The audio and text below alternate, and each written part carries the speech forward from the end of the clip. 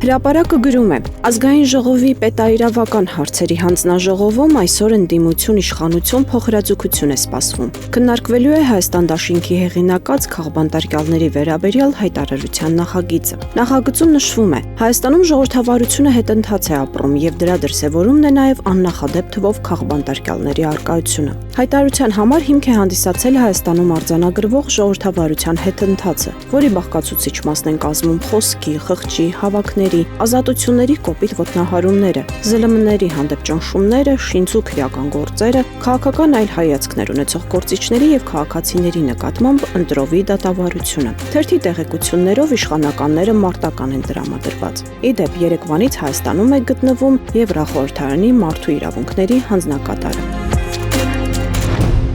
Հրապարակը գրում է. ՔՊ պատգամավորության թեկնածուի հայտ ներկայացրած 380 անձից վարչության քաստինգից հետո գրանցվել է 280-ը, 100-ը կտրվել է։ Օրերս եւս 10 թեկնածու ինքնաբացարկ է ներկայացրել։ Չի բացառվում, որ մինչև ընտրություն էլի լինեն։ Մեր աղբյուրներն ասում են, որ այնքան անհեռանկար ընտրություն է լինելու, որ շատերը չեն ուզում ընտրագրավը կորցնել։ Գրանցումից հետո ընտրությունից առաջ թեկնածուները 500,000 դրամ են մուծվել կուսակցական գանձարան, անկուսակցականները 1.5 միլիոն։ Բայց քանի որ գրանցված թեկնածուներին հնարավորություն չի տրվում ներքին քարոզար շավանել, հանդիպել ընտրիչների հետ համոզել, որ իրենց ձայն տան, կարող են այդ գումարը կորցնել եւ պատգամավորել չդառնալ։ Իսկ 1000 ընտրիչները, որոնք ՔՊ տարածքայինի անդամներ են, ընտրության օրը ներկայացված ցուցակից ընտրելու են ծանոթ մտերիմ սկզբունքով։ Ուստի շատերը հայտնվելու են ցուցակի հետնամասում։ Դժգոհ են հատկապես ՔՊ պատգամավորները։ Թեկնածուները կարող են միայն Facebook-յան գրառումներով պատվիրակների քվեն խնդրել։ Իսկ ով փորձի ծածուկ հանդիպել ընտրիչներին, զգուշացրել են, որ կհեռացվեն ԿՊ-ից։ Ի դեպ, արգելել են նաև մյուս թեկնածուների դեմ հակաքարոզչություն անելը, քվեջ տալու խնդրանքով ընտրիչներին դիմելը։ Փաստը գրում է. Հայաստանի օրվա իշխանությունները Նիկոլ Փաշինյանի գլխավորությամբ առաջիկա ամիսներին հնարավոր ու անհնար, այդ թվում ոչ օրինական միջոցներ են կիրառելու ընտրություններում փոքրի շատ է նորմալ արդյունքներ ունենալու համար, քանի որ օրինական արդար ճանապարհով նրանք ոչ մի կերպ իշխանություն պահել չեն կարող։ Թերթի ունեցած տեղեկություններով այդ շարքում իրենց արչև խնդիր են դրել խորհրդարանական ընտրություններից առաջ ընդդիմադիր համայնքապետերին կամ իրենցով անել, կամ էլ բռնաճնշումների հերթական ալիք սկսել նրանց դեմ, որ աշխատեն իշխանությունների համար։ Արդեն իսկ մի քանի համայնքապետեր, որոնք հայտնի էին իրենց ընդդիմադիր հայացքներով, այլևս ոչ միայն հակաիշխանական հայտարարություններով հանդես չեն գալիս, այլև որոշները մտադիր են խորհրդարանական ընտրություններում աշխատել ՔՊ-ի համար։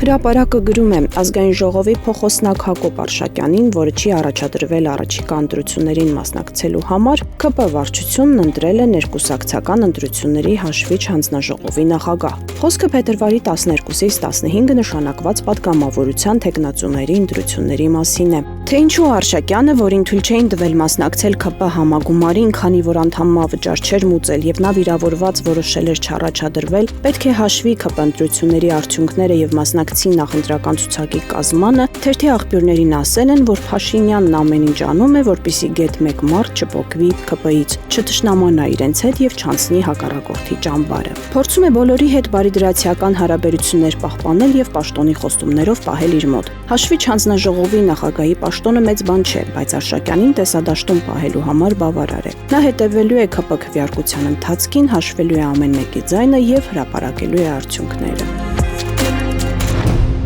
Փաստը գրում է. Հայաստանյան այսպես կոչված արևմտամետների դաշտում, ինչպես երևում է, վերջնականապես պառակտում է սկսվել կամ առնվազն գոնե առաջիկա ընտրությունների առումով բացակայում է միասնականությունը։ Ըստ տեղեկությունների բավականին լուրջ տարաձայնություններ են առաջացել Հանրապետություն եւ Հանուն Հանրապետության կուսակցությունների միջև։ Հունվարի 22-ին Հանրապետություն կուսակցությունը հայտարարեց, որ իրենք մասնակցելու են խորհրդարանական ընտրություններին, իսկ վարչապետի իրենց թեկնածուն Արամ Սարգսյանն է։ Նախորդին էլ կուսակցությունը կրկին վարչության նիստ է գումարել, որոշել կուսակցության կարգախոսը՝ «Քեզ համար Հայաստան, քեզ համար»։ Փաստացի հաստատվեցին տեղեկությունները, որ Հանուն Հանրապետության եւ Հանրապետություն կուսակցություններն առանձին են մասնակցելու ընտրություններին։ Օրեր առաջ էլ Հանուն Հանրապետության կուսակցությունից հայտնել են, որ ընտրություններին մասնակցելու են օնլայնված ցուցակով, ներառելու են նաեւ հանրությանը հայտնի անկուսակցական գործիչների։ Փաստացի այս կուսակցությունը ցանկանում է ներգրավել քաղաքասարակության տարբեր ներկայացուցիչների, այդ կերպ փորձելով իր կողմը քաշել արևմտամետ զանգվածներին, օգտագործելով քաղաքասարակության ներուժը նաեւ աջակցություն ստանալ եվրոպական կառույցներից։